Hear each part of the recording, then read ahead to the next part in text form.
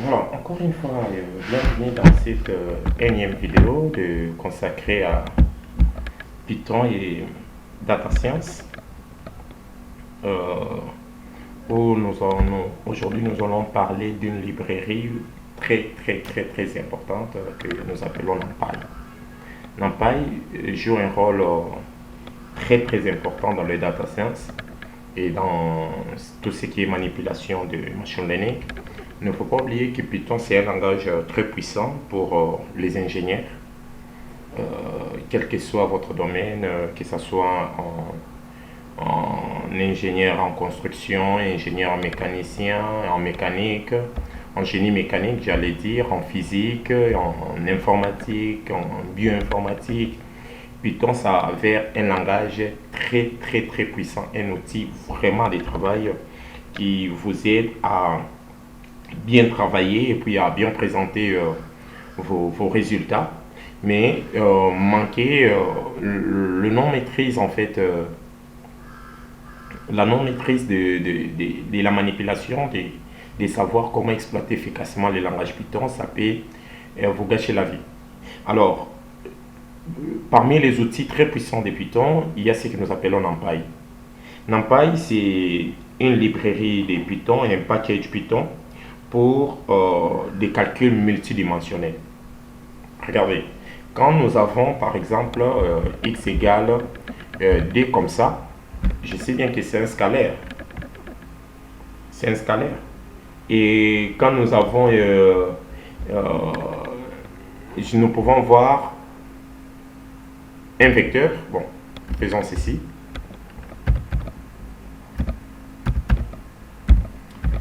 Ceci, c'est un vecteur. Ceci, c'est un vecteur. Et quand j'essaie de les doubler comme ça devient une matrice, n'est-ce pas? Ça devient une matrice euh, à des trois lignes et de deux lignes et puis trois colonnes. Mais quand nous obtenons, nous passons des dimensions en trois dimensions. Que disons-nous? C'est quelle matrice? Si ça c'est une matrice à deux dimensions, et puis quand ça passe à trois dimensions, qu'est-ce qu'on dit?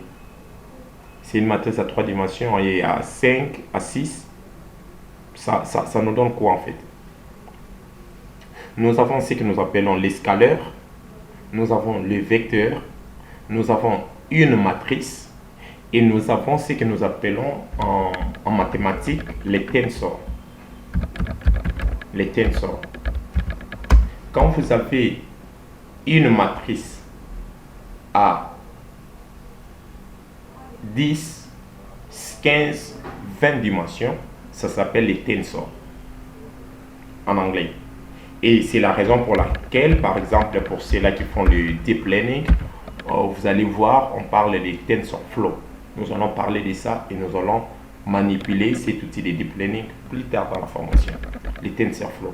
Mais retenez que les tensors, c'est ce que nous appelons en français multidimension, une matrice multidimensionnelle.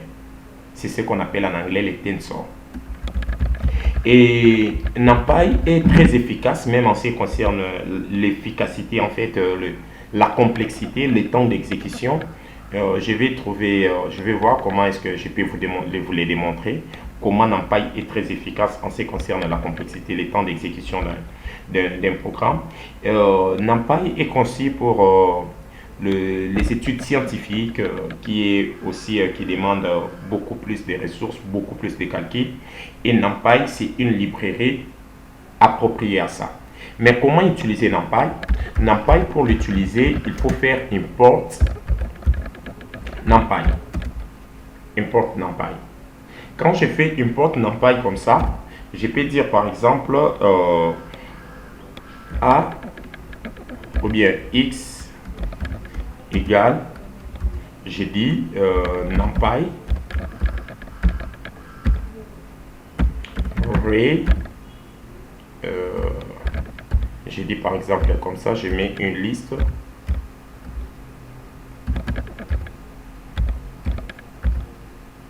comme ça. Ok, pas de souci. Comme ça, par exemple. Et j'ai dit print X. Print X. En l'exécutant, voilà ce que ça m'affiche. Mais à chaque fois, je dois commencer à utiliser NumPy. Et pour pallier à ça, nous utilisons dans des librairies Python des librairies parce qu'il y a des packages qui ont des noms tellement avec plusieurs caractères tellement longs. Au lieu d'utiliser l'entièreté de ces noms-là, nous utilisons ce que nous appelons des alias. Alias, c'est une façon de donner des surnoms à quelque chose. Ça, c'est ce qu'on appelle package Python ou bien library. Et puis, je peux dire as NP. Généralement, on les nomme par NP. Je peux dire même PD aussi. Je peux dire bien qui est. À la place des NumPy ici, j'ai dit maintenant qui est. Qui est, comme ça. Ça me donne le même résultat. Mais généralement, les NumPy, on les nomme par NP pour dire NumPy. Alors, quand je dis NP comme ça, quand je dis ça, ça me donne ceci. Tout comme je peux aussi dire, par exemple, print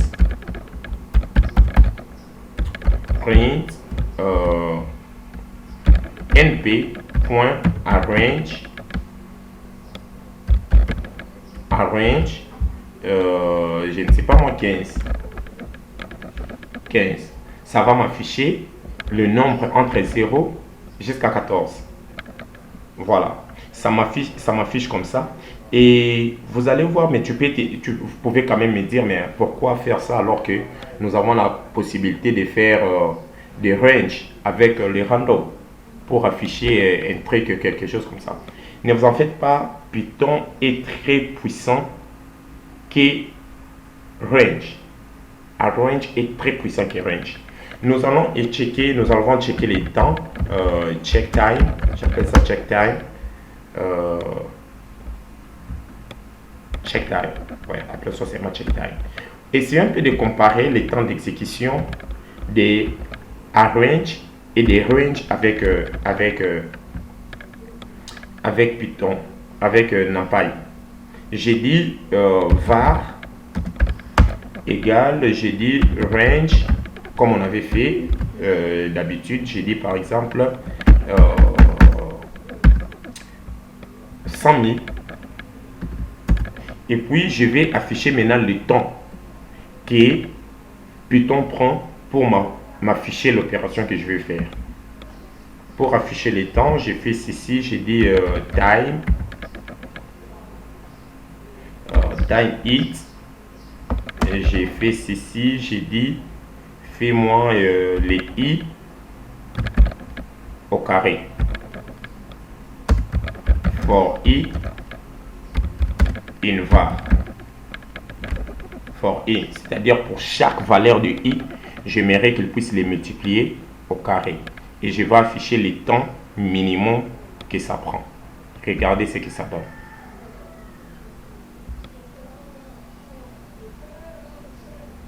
Il me prend 61 minutes, 3,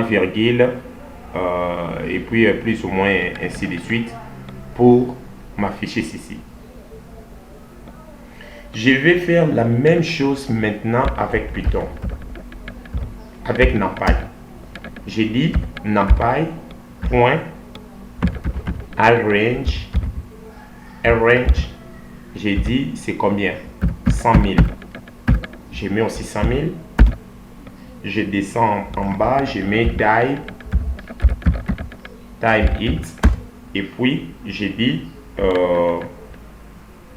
var 1 le tout au carré. Var 1 le tout au carré.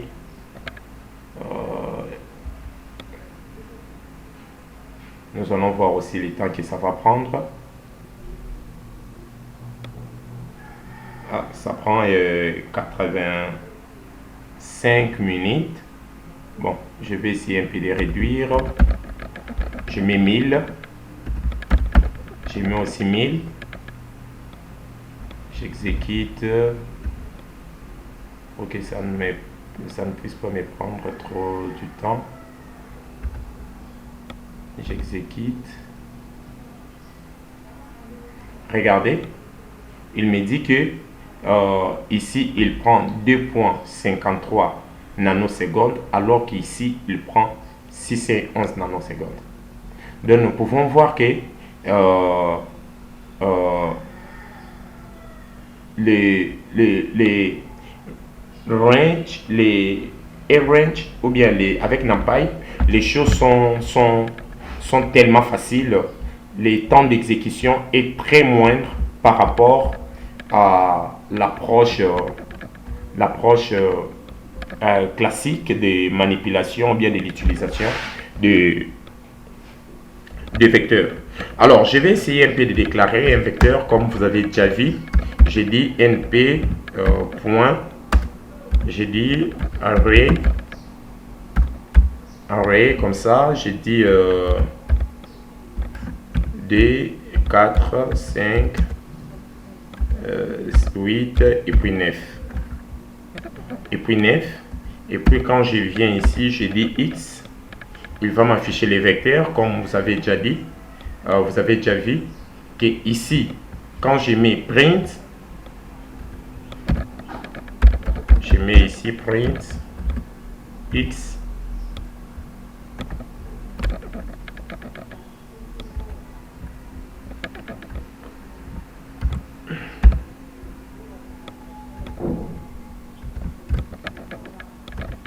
Regardez, quand j'imprime juste les X, il me dit c'est un tableau. Alors que quand je dis print X, il m'affiche vraiment les différentes valeurs de ces tableaux-là. Et si j'affiche, par exemple, si je vais connaître c'est un tableau de quelle dimension, il suffit tout simplement, je mets point ndim comme ça m'affiche, il me dit que c'est un vecteur à une seule dimension. Et si je vais connaître l'échelle du vecteur, il me dit que non, c'est un vecteur à une seule lune, mais avec 5 colonnes, c'est-à-dire ligne 0 avec 5 colonnes. Un vecteur à 5 éléments, mais avec une seule colonne. Et si je vais imprimer la taille, j'utilise la fonction len, comme on avait déjà vu dans la première partie.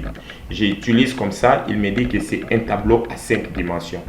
Attention, il faut faire la différence entre les shapes et les len. Len, ça nous renvoie le nombre des éléments, alors que shape, ça nous renvoie la taille, la dimension en fait. Le nombre des lignes et le nombre des colonnes. Alors que ndim, ça nous renvoie la dimension de la chose. Prenons l'exemple pour mieux expliquer ça. Je déclare une variable y. Je dis np.array.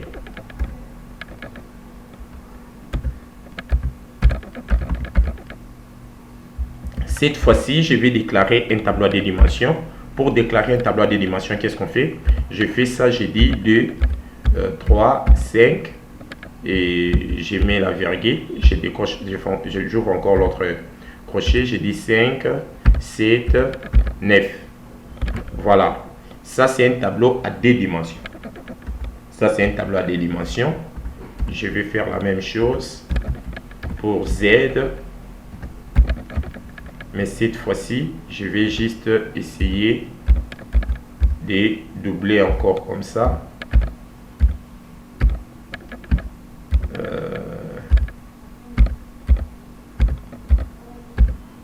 Je vais essayer de doubler encore comme ça. Alors, je viens ici en bas. Qu'est-ce que je fais? J'ai dit affiche-moi Y et Z. Et Z, quand j'exécute, regarde ce que ça donne. Ça me donne un truc comme ça. Bon. Quand j'exécute, ça m'affiche Z comme ça. Un tableau. Une matrice A 4 colonnes et à 3 colonnes et puis 4 lignes.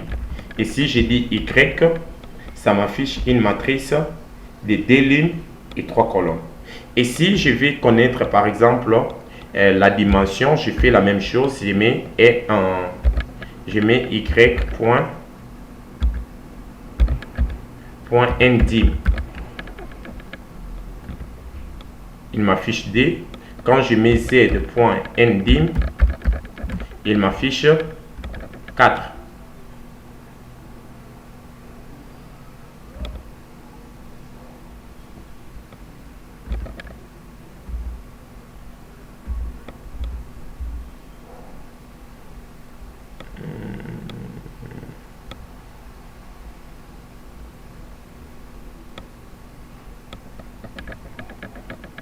Ah oui, c'est aussi une matrice à des dimensions. À des dimensions, nous allons voir à quel moment nous allons être dans une matrice à 4 dimensions. Attention, ça c'est très très important quand même. Qu'est-ce que j'ai fait en ce moment-là? Pour que Z puisse être à 4 dimensions, qu'est-ce que je dois faire? Je viens là, je vais appeler ça T. Je viens ici, je ferme, je viens ici, j'ouvre et je viens ici, je ferme. Voilà, quand j'exécute, il y aura erreur.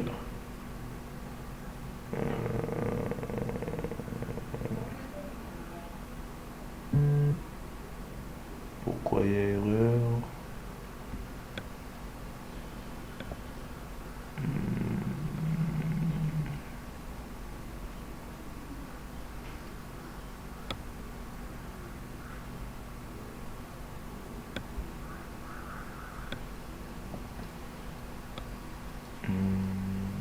Pourquoi?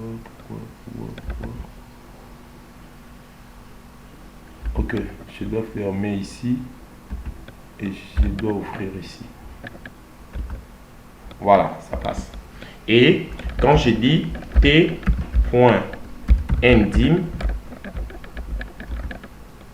il me dit c'est une matrice à 3 dimensions. Vous voyez, c'est une matrice à 3 dimensions. Alors, je vais essayer de faire les slides pour très bien vous expliquer ce qui se passe ici. C'est très très important de comprendre les dimensionnements avec Python. Alors, si je viens par exemple ici, je dis shape. J'ai dit shape. J'ai dit y.shape et puis z.shape et puis t.shape. Je le fais comme ça. Regardez, il me dit que il m'a fait seulement pour les t. Je coupe ça, j'affiche d'abord pour y. Il me dit c'est les shape de une matrice de 2 lignes, 3 colonnes. 2 lignes, 3 colonnes. J'enlève ceci. Il me dit c'est une matrice de 4 lignes, 3 colonnes. Et quand j'affiche maintenant avec les T, regardez, il me dit c'est à 3 dimensions. C'est à 3 dimensions. Et la représentation de cette matrice ici, je sais bien que ça va embrayer, ça va compliquer beaucoup de personnes, mais je vous prie de suivre la vidéo qui va suivre pour très bien comprendre le dimensionnement, parce que c'est ça la clé de Deep Learning. Si vous ne comprenez pas cette partie ici, ça sera très très compliqué pour vous. Alors je dis que la prochaine séance, ce sera une séance consacrée à l'explication des matrices à 3 dimensions, la représentation, comment ça se présente avec les slides avant de passer dans la programmation proprement dite. Alors je vous conseillerais vraiment d'être là pour voir un peu comment est-ce que nous pouvons nous pouvons travailler et comment est-ce que nous pouvons faire. Alors, avec ça, nous pouvons dire que donc la création, si je peux le dire ici, la création d'un tableau avec NumPy.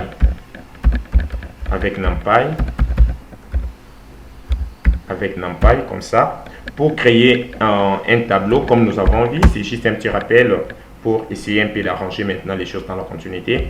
J'ai dit np.arrange comme ça.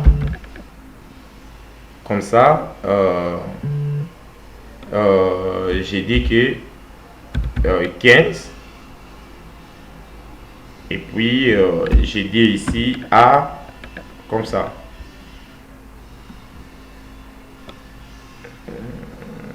Qu'est-ce qui ne va pas? Invalide syntaxe. Je mets ça comme commentaire. Voilà, ça me donne un tableau avec un élément comme ça. Je peux aussi afficher l'élément de cette manière ici. J'ai dit que arrange-moi les valeurs dans la plage débutant commençant avec 1 jusqu'à 15, mais fais-moi les steps de 2, c'est-à-dire va m'afficher 1, 3, 5, 7, 9, 11, 13 et puis 15. Ça veut dire les steps. Je mets ça comme commentaire. Création d'un tableau avec NumPy.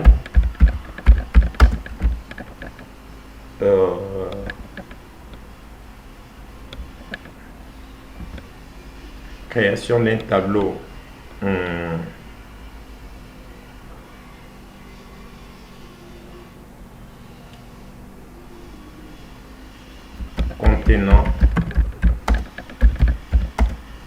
contenant les éléments entre 1 et 15 avec un pas de 2 sous NumPy. Voilà, je l'ai dit comme ça. Et quand je vais cliquer là, regardez ce que ça va me donner. Je vais juste afficher les A. Je dis print A. Quand je l'exécute, regardez ce que j'obtiens. Exactement ce que je vous avais dit. C'est de 1 à 15, mais avec un pas de 10, avec un pas de 2. Si vous pouvez modifier ici 3 et ainsi de suite, ça va vous donner aussi la même chose. Et il y a une autre fonction que nous pouvons aussi appeler la fonction line space. Ça fait presque la même chose, mais à quelques lignes près. Line space, qu'est-ce que j'ai dit? J'ai copié ça comme ça. J'appelle ça line space. J'ai dit, crée-moi un vecteur, un tableau NumPy avec line space.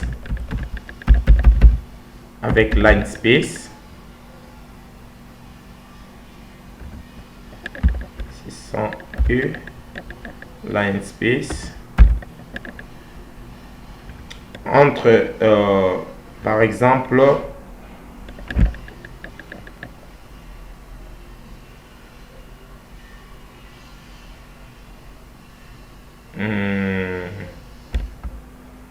zéro et 2, mais avec un pas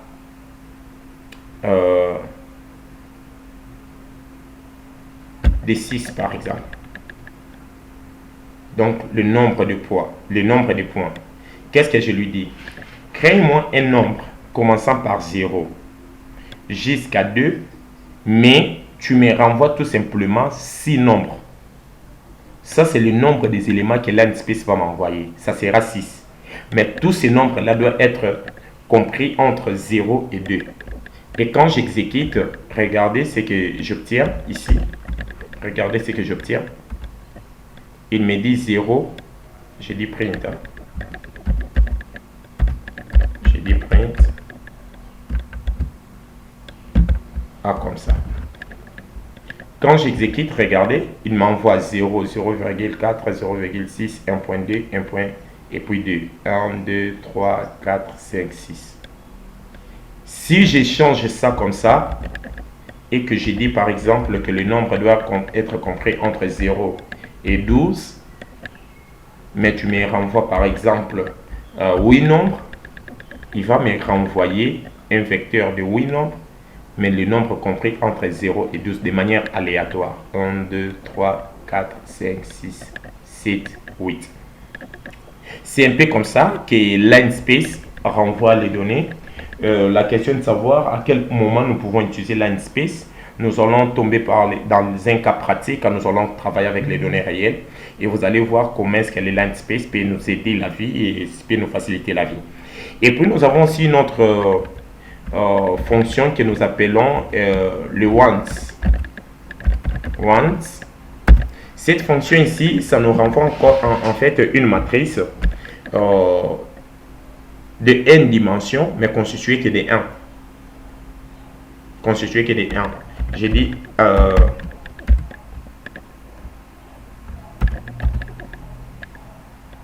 J'ai dit np égale np.once. Je mets la dimension. J'aimerais obtenir la matrice de quelle dimension? J'aimerais obtenir la matrice de quelle dimension? Et par rapport à la dimension que j'aimerais obtenir, que mon programme ou bien NumPy va me renvoyer cette matrice-là. J'ai dit que non, je vais obtenir une matrice par exemple de 5.5. 5 x 5. Mais cette matrice-ci sera renvoyée, ça sera constitué que de 1 partout. Et quand j'exécute, pourquoi ça ne prend pas? Qu'est-ce qu'on est dit en bas? Data type as not. Ah oui, c'est une fonction, ça doit être 5,5.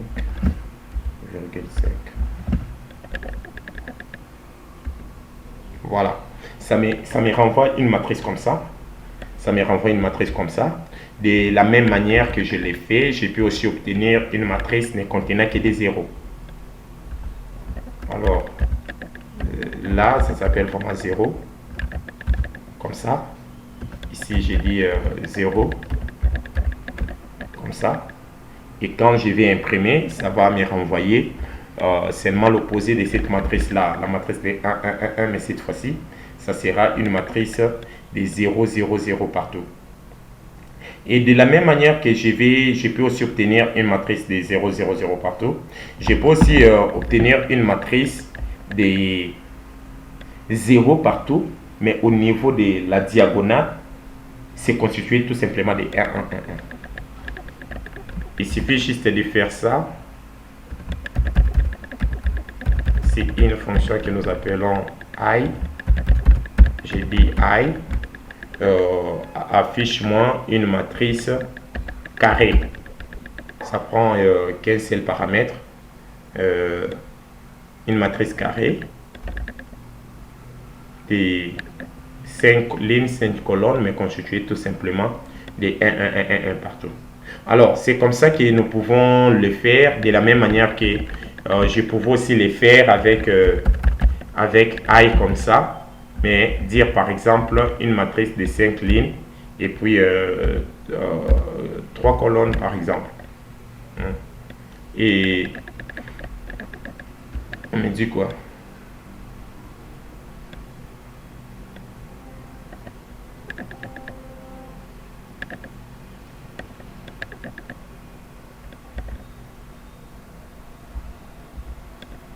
Pourquoi?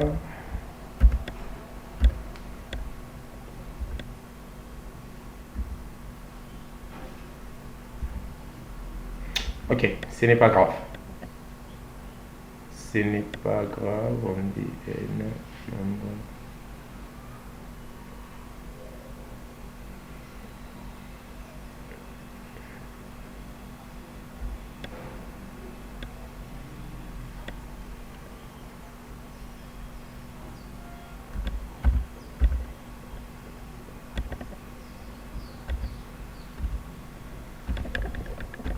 Pourquoi ça ne prend pas?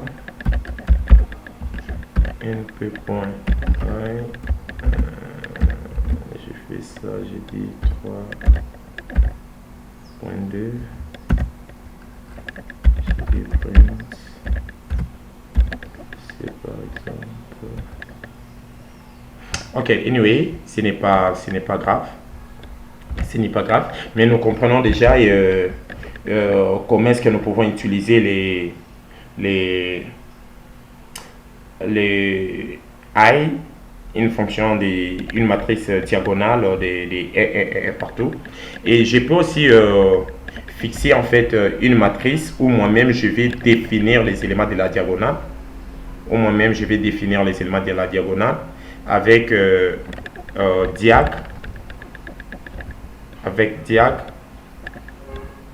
qui veut dire diagonale. J'ai dit diag comme ça, je viens ici, j'ai dit diag. Du coup, je mets que ça sera une matrice où il y aura des zéros partout. Mais ça sera les premiers éléments. Ça, c'est les deuxièmes. Ça, c'est les troisièmes. Et puis, ça, c'est les quatrièmes. Et puis, ça, c'est les quatrièmes éléments. Donc, ça sera une matrice de 4 éléments, 4 lignes, 4 colonnes, mais avec les éléments de la diagonale.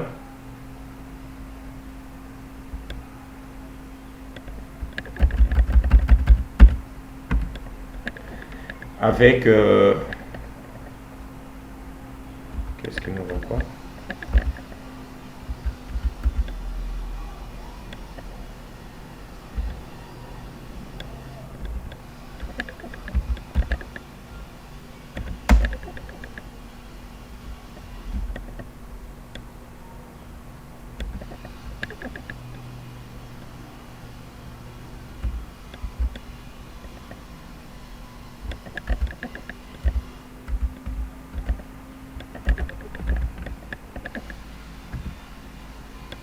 Voilà, ça m'affiche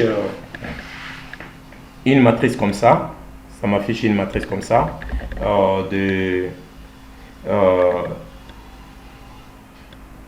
4 lignes, 4 colonnes avec les éléments de la diagonale qui sont toujours inférieurs, qui sont déjà bien fixés, qui sont toujours supérieurs à 0. Et je peux afficher, chercher par exemple à afficher que les éléments de cette diagonale là. Il suffit juste que je dise diag et puis je fais appel à ma variable. Quand je fais ceci, ça sera juste pour qu'il me renvoie en fait exactement les éléments de la diagonale que j'ai dans la matrice. C'est-à-dire quoi ça fait, si je peux le commenter, extraction, ça fait l'extraction de la diagonale. Ça fait l'extraction de la diagonale en fait. Et ça peut m'extraire la diagonale comme ça et puis faire avec tout ce que moi je vais afficher à l'écran, comment est-ce que moi je vais les afficher, ainsi de suite. Alors, il y a beaucoup d'éléments que nous pouvons parler avec NumPy, mais je vous demanderai que vous-même vous puissiez continuer un peu avec quelques exercices. Par exemple, il y a une autre fonction que moi je peux vérifier. Si je vais par exemple vérifier que A est de quel type, il suffit juste de dire, je mets le nom du tableau, du vecteur, j'ai dit data type. D veut dire data et puis type. Quand je tape comme ça, il va me renvoyer les types des éléments contenus dans le tableau. Est-ce que ce sont des floats? Est-ce que ce sont des entiers? Par exemple, si je viens ici, j'appelle ça A1 par exemple. J'appelle ça A1 comme ça. Quand je l'exécute, je viens là, je dis A1.détail. Détail, regardez, il me dit float. Pourquoi? Parce que nous pouvons voir que c'est des 1 point quelque chose, c'est-à-dire le type des éléments que moi j'ai mis, que les tableaux contient, ce sont les types float. Et quand je crée aussi un tableau avec NumPy, moi-même aussi je peux spécifier que non, crée-moi, renvoie-moi les éléments, mais j'aimerais que tous ces éléments-là puissent être des types float, par exemple. Comment est-ce que je peux les faire? Il suffit juste de dire par exemple AD ici. J'ai dit que AD, ça serait égal à np.arrange. Comme ça, j'ai dit renvoie-moi 15 éléments. Mais les 15 éléments là, ça sera avec les 10, ça doit être avec les 10 types égales. J'ai dit float. Je mets ça entre guillemets. J'ai dit float 64. 64, voilà, float 64, comme ça. Et j'ai dit AD,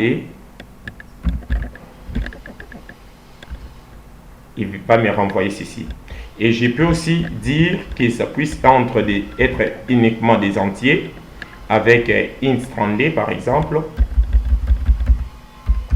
Avec instd, j'ai dit comme ça, ici j'ai dit A3 et puis ici aussi A3. Vous allez voir qu'il va me renvoyer, ce sont le même code, mais juste les data type, ça change en fait. L'autre c'était le float, mais ici maintenant il m'envoie des entiers. Alors vous avez cette possibilité là de définir les choses de cette manière là, comme vous voulez, comme vous voulez voir par exemple les types de données ou bien tel. NumPy nous facilite aussi la tâche. Je peux créer un vecteur par exemple de type imaginaire avec le nombre imaginaire que nous avons vu dans le nombre de l'ensemble C. Je peux dire C pour dire l'ensemble C. J'ai dit np.arrange arrange comme ça. J'ai dit ici je vais créer une matrice avec 1 plus 5J, 1 plus 5J, et puis j'ai dit 9 plus 8J par exemple. 8J par exemple. Et quand je le définis de cette manière ici, si j'ai dit print C, regardez, il va m'afficher cette matrice ici.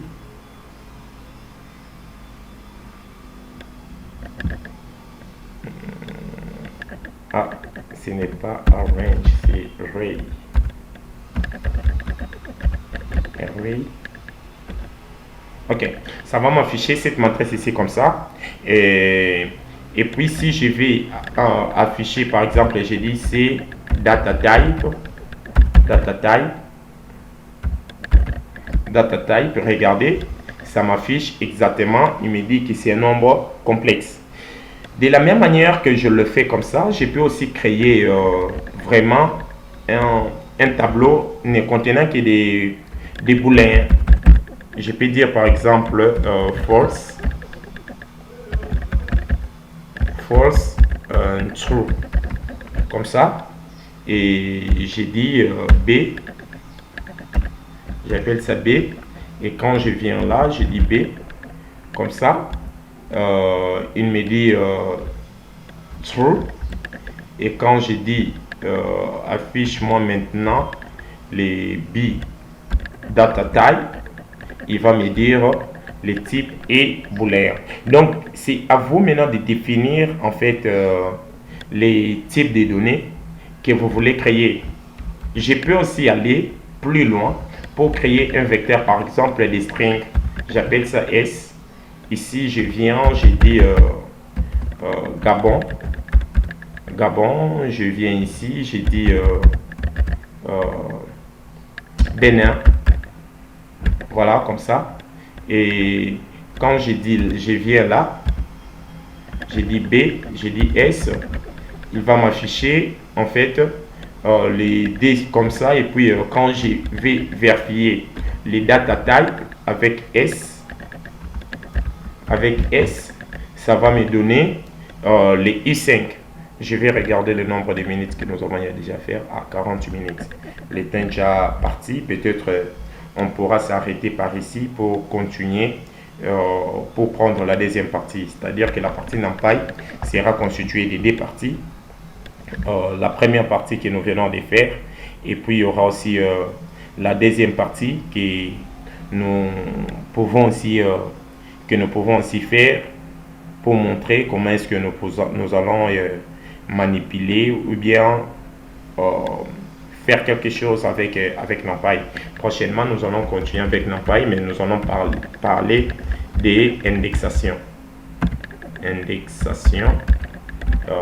Nous allons parler de ça. C'est-à-dire quoi? Comment affecter une nouvelle valeur dans une matrice. Vous avez un vecteur, vous voulez affecter une nouvelle valeur dans une position quelconque. C'est-à-dire par exemple la troisième ligne, quatrième colonne. Vous voulez affecter une valeur là-bas. Comment le faire avec NumPy?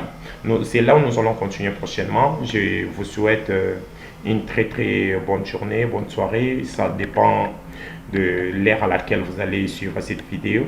Moi, je vous souhaite de vous porter très bien. Prenez bien soin de vous. Nous allons nous retrouver à la prochaine vidéo. Bye bye. Ciao.